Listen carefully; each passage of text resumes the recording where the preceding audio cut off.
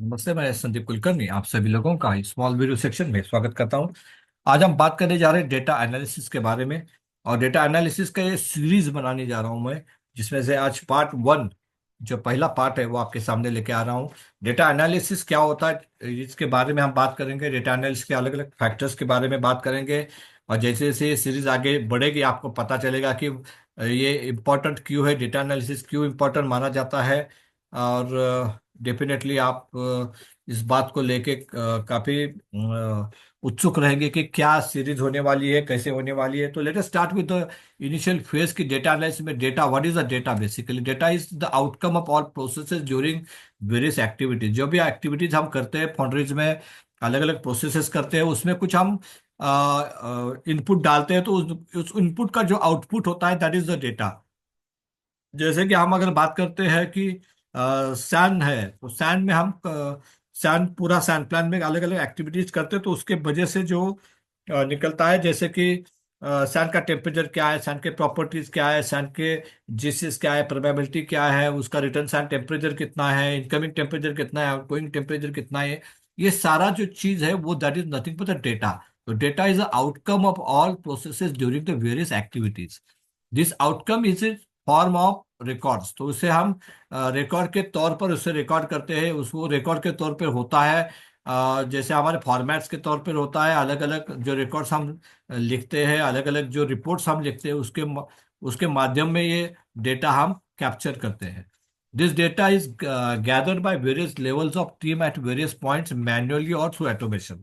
तो ये data basically gather होता है, वो अलग अलग लेवल पे होता है। जैसे कोई ऑपरेटर है, कोई सुपरवाइजर है, कोई मैनेजर है, वो अलग अलग एरियाज में, अलग अलग पॉइंट्स पे कई जगह मैन्युअली लिख के होता है, तो कई जगह ऑटोमेशन के माध्यम से, पीएलसी के माध्यम से वो डेटा हमें मिल जाता है। So all these things are nothing but the data. What we capture in the process, what we get from the gate as a output from the process is nothing but the data. Normally, all industries have enough data available with them, which represents their process data, product data and system data. तो हर foundry के पास अपना अपना एक database होता है। वो काफी ज्यादा, काफी बड़ी मात्रा में होता है बेसिकली।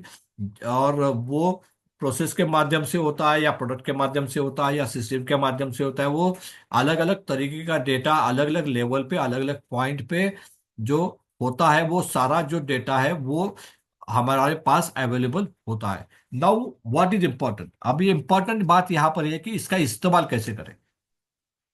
मैंने जैसे कहा कि हर फाउंडर के पास उसका खुद का एक डेटाबेस या डेटा, जिसे हम कहते हैं कि एक डेटा बैंक होती है। तो उस बैंक में जो भी डेटा अवेलेबल है, उसका इस्तेमाल कैसे करें, वो इम्पोर्टेंट है।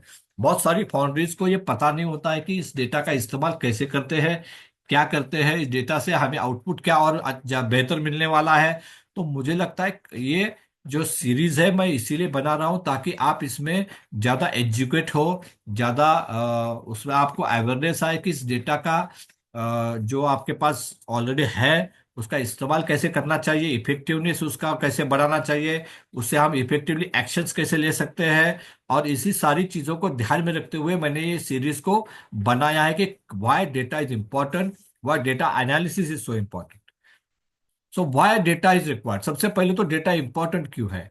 So this generated data can be use for taking decision और actions for improvements in the process और प्रोडक्ट और सिस्टम। तो ये भी, जो भी डेटा हमारे पास जमा है, उसका फायदा है, उसका इस्तेमाल हम कर सकते हैं to take the decisions and actions. कोई भी डिसीजन या कोई भी एक्शन जब भी हम लेते हैं, तो किसी ना किसी डेटा के बेस के ऊपर लेते हैं। हम ऐसे ही कोई एक्शन नहीं लेते हैं।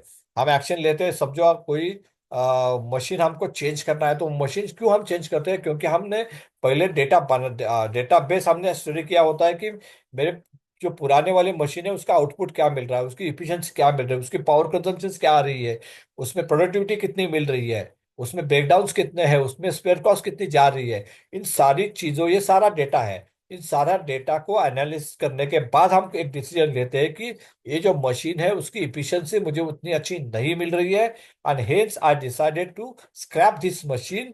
और इसे मैं स्क्रैप करूंगा और दूसरे मशीन को, नए मशीन को मैं लूंगा, ताकि मेरी इफिशियंसी इंप्रूव हो, मेरी प्रोडक्टिविटी इंप्रूव हो, मेरा पावर कंजम्पशन इंप्रूव हो, मेरा आउटपुट ज्यादा बढ़े। और यही कारण होता है कि हम डेटाबेस को गैदर करते हैं, उसको एनालिसिस करते हैं, उसको प्रॉपरली रिव्यू करते हैं, उसके ऊपर हम कोई ना कोई एक्शन या डिसीजन ले लेते हैं for the improvements in the process, product and the system. उसके बाद data if use is a powerful tool, but most of the time we do not use this data effectively, and thus data gathering becomes just a formality which does not allow any additions to the process, product or system in terms of productivity and cost। तो जैसे मैंने कहा, data is a very powerful tool. आपके पास जो भी data है वो बहुत बड़ी मैजिक है, बहुत बड़ी शक्ति है आपके पास, जिसका आप इस्तेमाल करना चाहिए। इट कैन बी अ दुगनास्त्र। जैसे अमिताभ बच्चन के कौन बनेगा करोड़पति शो में था दुगनास्त्र, उसी तरह एक दुगनास्त्र आपके पास है, डेटा, आपका डेटा। लेकिन अगर आप इसे सही तरीके से इस्तेमाल नहीं करोगे, इफेक्टिवली इस्तेमाल नहीं करोगे, तो वो एक फॉर्मेलिटी बन के रह जाएगी। एक सिर्फ सुपरवाइजर है, ऑपरेटर है, उसे कुछ ना कुछ लिखना है, उसे कुछ ना कुछ मॉनिटर करना है, इसलिए वो कुछ भरता जाता है। वो जो नोटबुक्स है वो एक दिन के बाद दूसरे दिन तीसरे दिन भर के पैक हो जाती है, और वो नोटबुक किसी अलमारी में हम बंद कर रखते हैं। लेकिन जब तक हम उस नोटबुक का इस्तेमाल हमारे एनालिसिस के लिए नहीं करेंगे, हमारे आउटपुट को रिव्यू करने के लिए नहीं करेंगे, उसकी इफिशिएंसी को जांचने के लिए नहीं करेंगे, तब तक उससे एक्शंस या डिसीजन मेकिंग नहीं होगा। वो सिर्फ एक फॉर्मेलिटी बन के रह जाएगी। और नॉर्मली कई बार ऐसा ही होता है, और इसीलिए उन डेटा से जो वैल्यू एडिशन हमें मिलना चाहिए वो वैल्यू एडिशन नहीं मिलता है। और वैल्यू एडिशन किस टर्म में? तो हमारे प्रोसेस को इम्प्रूव करने के लिए, हमारे प्रोडक्ट को इम्प्रूव करने के लिए, हमारे सिस्टम को इम्प्रूव करने के लिए, in the terms of improve productivity, reducing of the cost, और इसी तरह के कई सारे और भी फैक्टर्स हैं जो हम आगे जब भी प्रोसेस वाइज डेटा एनालिसिस के बारे में बात करेंगे सीरीज में, तो हमें पता चलेगा कि हम कितने ज्यादा इम्प्रूवमेंट्स कर सकते हैं, कितने ज्यादा हम अपने आप को एनालिसिस करके बेहतर बना सकते हैं, अगर इस डेटा का हमने सही तरीके से इस्तेमाल किया तो वो सारी चीजें हम इस सेगमेंट में जरूर देखेंगे, इस पूरे सीरीज में देखेंगे। तो आज का ये बेसिकली हम इंट्रोडक्टरी टॉपिक है जो हमें बताएगा कि डेटा होता क्या है, डेटा का इस्तेमाल कैसे करना है, क्यों करना है, कैसे करना है। और इन बेसिक जो इंट्रोडक्टरी पार्ट्स के ऊपर हम आज बात करने जा रहे हैं, तो जो उम्मीद है डेफिनेटली आप काफी इंटरेस्टेड होंगे, काफी उत्सुक होंगे इस पूरी सीरीज को देखने के लिए, और इसे आप देखेंगे और उसका काफी अच्छा इस्तेमाल करेंगे, इस उम्मीद के साथ मैं अगले स्लाइड के ऊपर जा रहा हूँ। क्योंकि data analysis is the key to success. Data analysis क्या है? It is a key to success. It is a key for making improvements. Improvement के लिए दरिया है, इम्प्रूवमेंट का एक जरिया बन के आप इसे इस्तेमाल कर सकते हैं। इसे एक चाबी के रूप में इस्तेमाल कर सकते हैं to the success. If you analyse the data effectively it will be definitely good, give you good returns.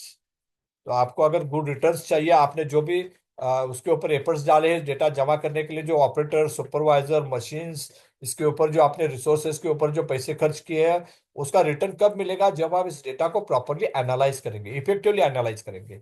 Data analysis is not a nowadays become a special topic and area for discussion। तो data analysis खुद एक अलग topic बना हुआ है। कई foundries में, कई इंडस्ट्रीज में, कई सेक्टर्स में हम डेटा एनालिस्ट करके लोग रखते हैं। अगर आपको एक छोटा सा एग्जांपल दूं, तो अगर आप क्रिकेट मैच देखते हो या कोई भी स्पोर्ट्स देखते हो, तो वहां पर स्पेशल डेटा एनालिस्ट होते हैं जो आपके अपोनेंट के खेल के ऊपर काम करते हैं, आपके खुद के खेल के ऊपर काम करते हैं। उनके वीकनेसेस क्या है, उनकी स्ट्रेंथ्स क्या है, वो आपको बता देते हैं। आपकी वीकनेसेस क्या है, वो आपको बता देते हैं। वो आपको बता देते हैं कि कौन से ग्राउंड में मैचेस होने वाले हैं, वहाँ की कंडीशंस कैसे होने वाली है, वहाँ का डायमेंशंस कैसी है, वहाँ हर खिलाड़ी का परफॉर्मेंस कैसा है, कौन से खिलाड़ी की कौन सी वीकनेस है, कौन से खिलाड़ी को कौन से एरिया में बॉल डालनी चाहिए, या कौन सा बॉलर आपको डाल रहा है तो आपको किस तरह के जो स्ट्रैटेजी है उसके ऊपर अपनानी चाहिए। तो ये डेटा एनालिस्ट करके एक अलग सा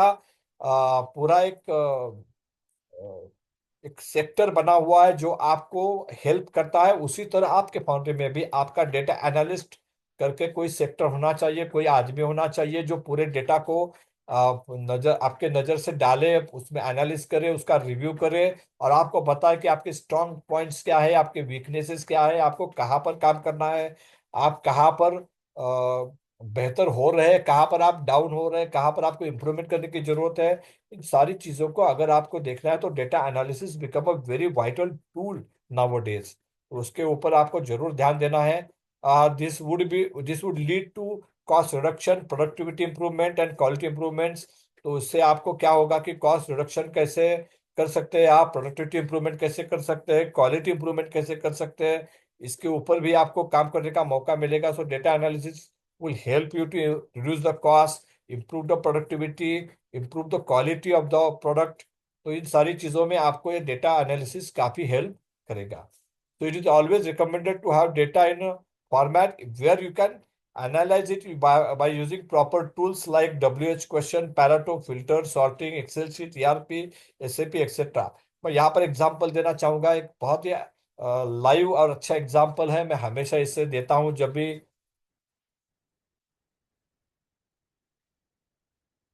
हम डेटा की बात करते हैं तो मैं इस एग्जांपल को लेता हूँ।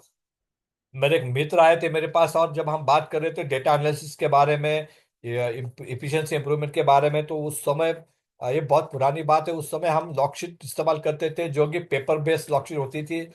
तो बातों बातों में इस बात पे हम बात कर रहे थे कि किस तरह से हम डेटा को एनालिसिस कर सकते हैं, इफेक्टिवली उसका इस्तेमाल कर सकते हैं। तो उन्होंने मुझे पूछा कि आप किस तरह से मेल्टिंग पैरामीटर्स को मॉनिटर करते हो। तो we have put that heap of log sheet in front of him कि इस तरह से हम हमारे मेल्टिंग पैरामीटर्स को मॉनिटर करते हैं, लिखते हैं। तो उन्होंने कहा this is nothing but a waste of paper, इसमें आपका कोई डेटा है ही नहीं।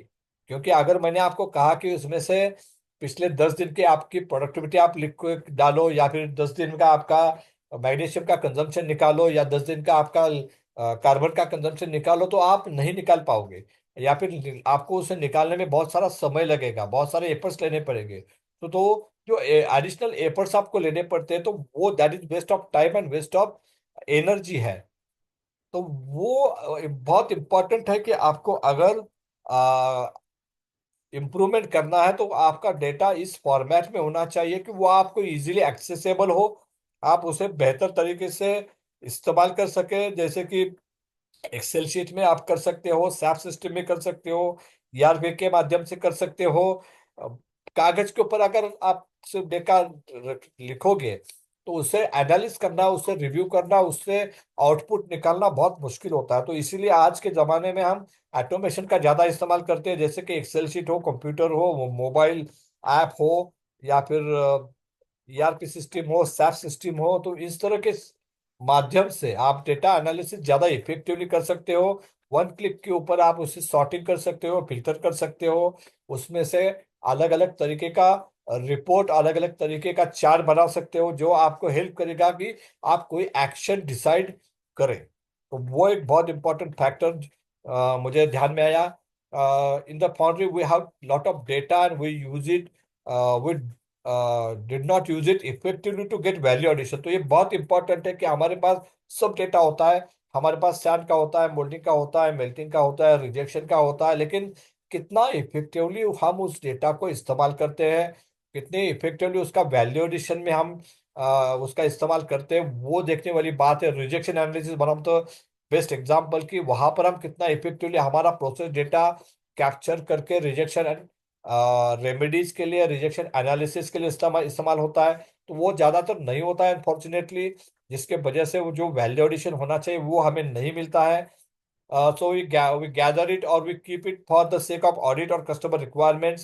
But if we do not use it for the betterment, it is a wasting of time and energy.